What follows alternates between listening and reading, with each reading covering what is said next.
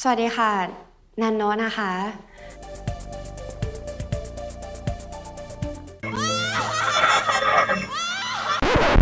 ဒီရည်တန်ဒီအပြုံးပြီးတော့သပင်တော်နဲ့ကျွန်တော်တို့ကိုဖမ်းစားနိုင်ခဲ့တဲ့အကြောင်းသူတွေ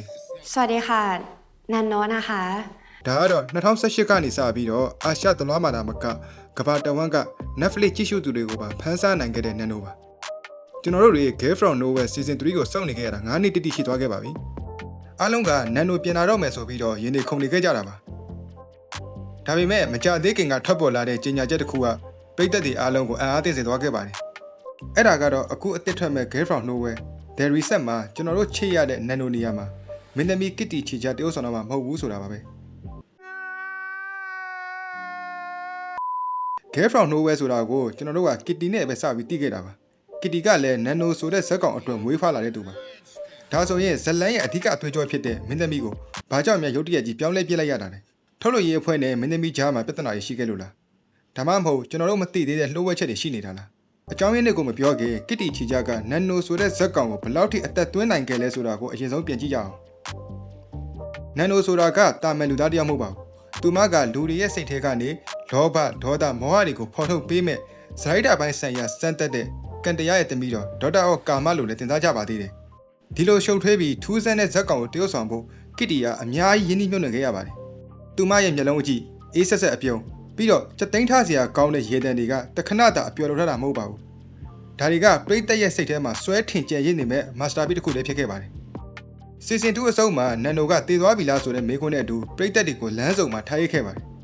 ခစ်တီကဒီဇက်ကောင်နဲ့ပတ်သက်ပြီးဘလောက်တောင်အယူမှုဖြစ်ခဲ့လဲဆိုရင်အပြင်မှာတော့နန်နိုလိုမျိုးနေထိုင်ပြောဆိုခဲ့တဲ့အခြေအနေတောင်ရှိခဲ့ပါတယ်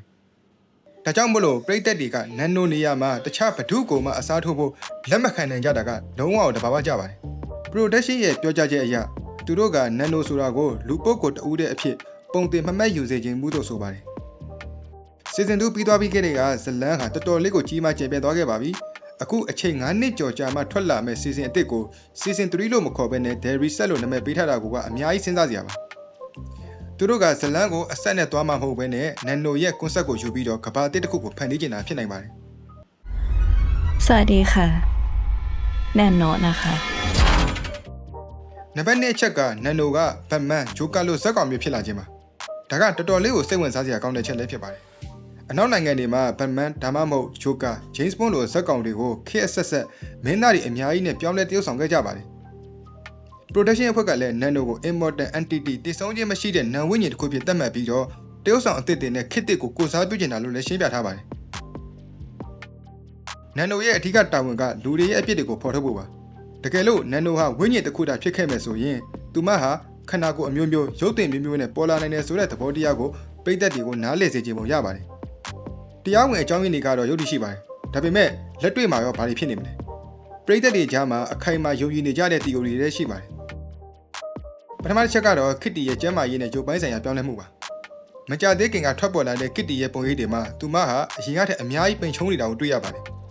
သတင်းတွေအရတော့သူမကနိုင်ငံတကာရုပ်ရှင်ဇာတ်ကားအသစ်တကားဒါမှမဟုတ် horror ဇာတ်ကားအသစ်တစ်ခုအတွက်ကိုယ်လေးချင်ကိုအများကြီးရှော့ချခဲ့ရတယ်လို့ဆိုပါတယ်နန်နိုဆိုတာကအမြဲတမ်းနှုတ်ပြနေတဲ့ကျောင်းသူလေးပါအခုဆိုရင်ကစ်တီကအသက်30ကျော်အရွယ်ရောက်နေပြီဖြစ်တယ်လို့သူမရဲ့လက်ရှိရုပ်ပိုင်းဆိုင်ရာအခြေအနေအရ high school ကျောင်းသူတယောက်နေရာမှာပြန်လည်တရုပ်ဆောင်ဖို့ဆိုတာကတော်တော်လေးကိုခက်ခဲသွားနိုင်ပါတယ်ဒါကအဓိကကျတဲ့အကြောင်းရင်းတစ်ခုလည်းဖြစ်နိုင်ပါတယ်တရုပ်ဆောင်တော်တော်များများကနာမည်ကြီးဇက်ကောင်တစ်ခုမှအရန်အောင်မြင်သွားတဲ့အခါအဲ့ဒီဇက်ကောင်ရဲ့အရေးအောက်ကနေရုံထွက်ဖို့ဆိုတာခက်ခဲသွားတတ်ပါတယ်ခစ်တီအနေနဲ့သူမရဲ့ career ကိုနန်နိုဇက်ရုပ်တစ်ခုတည်းနဲ့ရက်တက်မထားခြင်းပဲနိုင်ငံတကာဇာတ်ကားတွေခွဲပြားတဲ့ဇက်ကောင်ဇယိုက်တွေမှာပို့ပြီးစိန်ခေါ်မှုအသစ်တွေရယူခြင်းတဲ့ကြောင့်လည်းဖြစ်နိုင်ပါတယ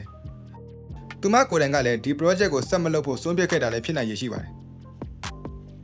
season 2အဆုံးမှာယူရီကနန်နိုရဲ့သွေးကိုတောက်ပြီးတော့စွမ်းအားတွေကိုရရှိသွားခဲ့ပါတယ်တချို့ပရိသတ်တွေက The Reset မှာယူရီလိုမျိုးစွမ်းအားရသွားတဲ့တခြားကျောင်းသူကျောင်းသားတွေအများကြီးပေါ်လာပြီးနန်နိုဆိုတာနာမည်တစ်ခုတည်းအောက်မှာလူအများကြီးဖြစ်လာနိုင်တယ်လို့လည်းသုံးသပ်နေကြပါတယ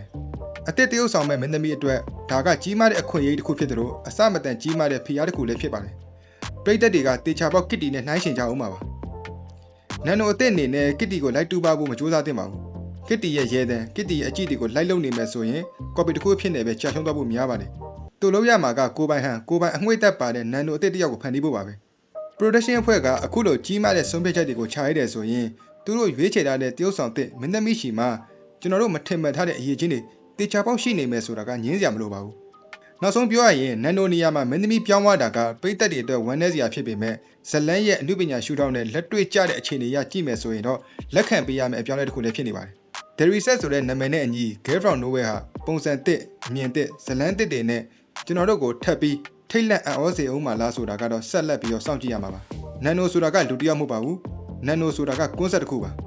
ဗီဒီယိုလေးကိုအဆုံးထိကြည့်ပေးတဲ့ကျေးဇူးအများကြီးတင်ပါတယ်ဒီအပြောင်းလဲပေါ်မှာရောတငယ်ချင်းတို့အနေနဲ့ဘယ်လိုမျိုးမြင်လဲခီတီမပါဝင်တော့တဲ့ Girl from Nowhere ကိုဆက်ကြည့်ပြအောင်ပါလားကိုယ့်ရဲ့အမြင်တွေကိုအောက်က comment ထဲမှာပုံမှန်လေးဆွေးနွေးသွားလို့ရပါတယ်ဒီဗီဒီယိုလေးကိုသဘောကျရဆိုရင် like လေးနှိပ်ခဲ့ပေးပါ channel လေးကို subscribe လုပ်ရသေးလို့ဆိုရင်လည်း subscribe လုပ်ထားပြီးမမေ့နေအောင်နော်နောက်ထပ်ဗီဒီယိုတွေမှာပြန်တွေ့ပါမယ်